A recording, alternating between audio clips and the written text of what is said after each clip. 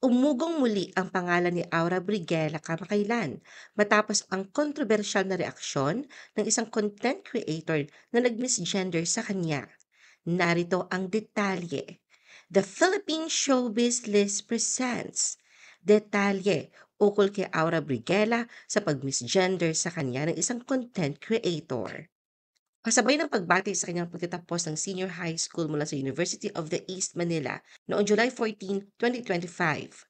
Sa halip na kilalanin ang kanyang tagumpay at pagkatao bilang isang trans woman, ginamit ng isang content creator ang maling katawagan kay Aura, bagay na ikinabahala ng kanyang fans at mismong admin ng kanyang Facebook page.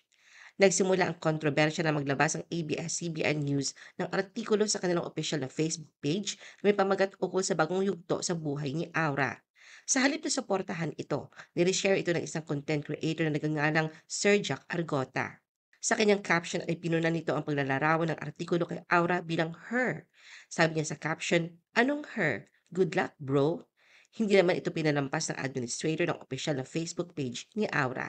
Sa kanyang tugon, ipinahayag niya ang dismayado at paninindigan laban sa hindi pagrespeto sa trans identity ni Aura. Habang lumalalim ang issue, nag-viral rin ang komento ng ilang netizens na muling tinawag si Aura sa pangalan ng isang NBA player na si Bronny James. Hindi na ito bago kay Aura sapagkat noong February 2025 ay nauna na niyang kinundina ang paggamit ng palayaw na yon bilang panunuya sa kanyang anyo at pagkatao. Aura spoke out against misgendering. Ipinahayag ni Aura ang kanyang paninindigan laban sa misgendering.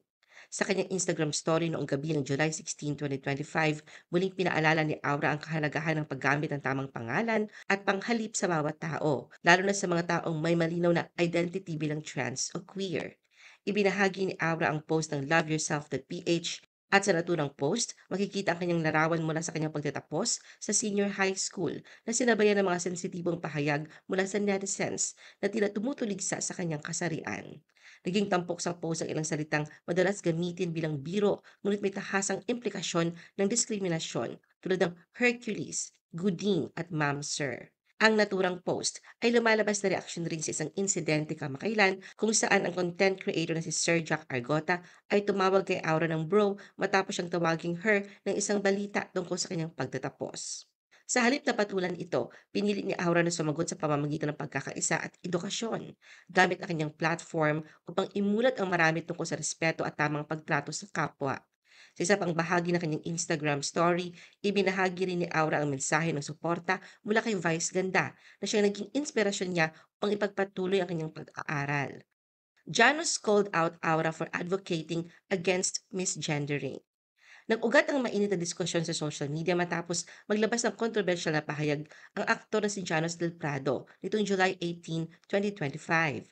Sa kanyang Facebook post na agad naging viral, tahasang tinuligsa ni Janos si Aura at ipinahayag ang kanyang pagkabahala sa umano'y lumalawak na pagkalayo ng ilang miyembro ng LGBTQIA community sa orihinal na layunin ng grupo. Sa kanyang mahabang pahayag, binigyang diin ni Janos sa kanyang pananaw na ang ilang miyembro ng komunidad ay nagpapakita umano ng labis na entitlement na. Ayon sa kanya, ay nagiging dahilan ng pagkakawatak-watak hindi lamang sa loob ng LGBTQIA+ community, kundi pati na rin sa hanay ng kanilang mga kaalyado.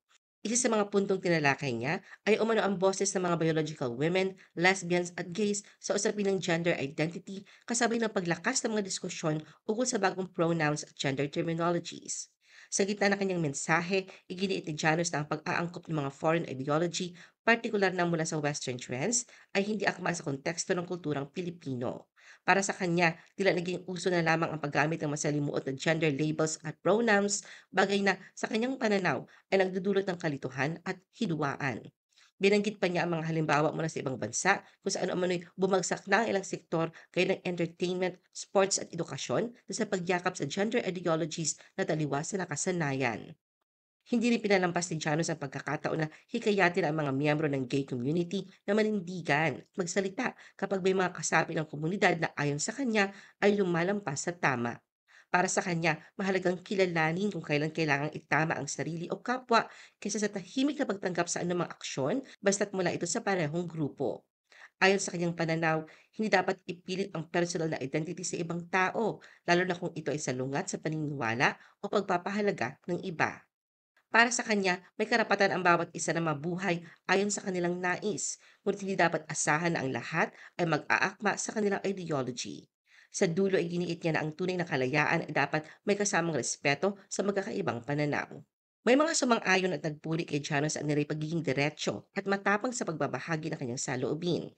Para sa kanila, sinasabi ni Janos ang hindi kayang banggitin ng ilan sa takot na mabansagang homophobic o transphobic.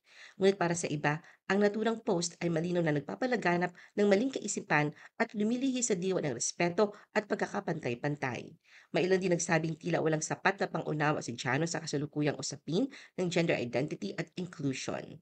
Sa gitna ng kaguluhan, lumutang ang salitang trans fatigue bilang sentral na tema sa usapin. Isa itong termino na tumutukoy sa pagkapagod, emosyonal at mental ng ilang tao, kasama na ang mga nasa loob ng LGBTQIA+ community sa patuloy na debate ukol sa gender identity, correction culture, at pressure na lagi maging politically correct. Bagamat hindi ito bago, tila unti-unti na itong nagkakaroon ng puwang sa diskurso ng mga Pilipino. Sa ngayon wala pang inilalabas na tugon si Aura kaugnay sa naging pahayag ni Janos. Ano ang masasabi mo sa video na ito? Mag-like o mag-react at huwag mahiyang mag-comment. For our YouTube viewers, huwag kalimutan mag-subscribe at i-hit ang notification button. At para sa aming Facebook viewers, mag-like at follow sa aming Facebook page para updated ka sa mga showbiz chika. Thanks for watching!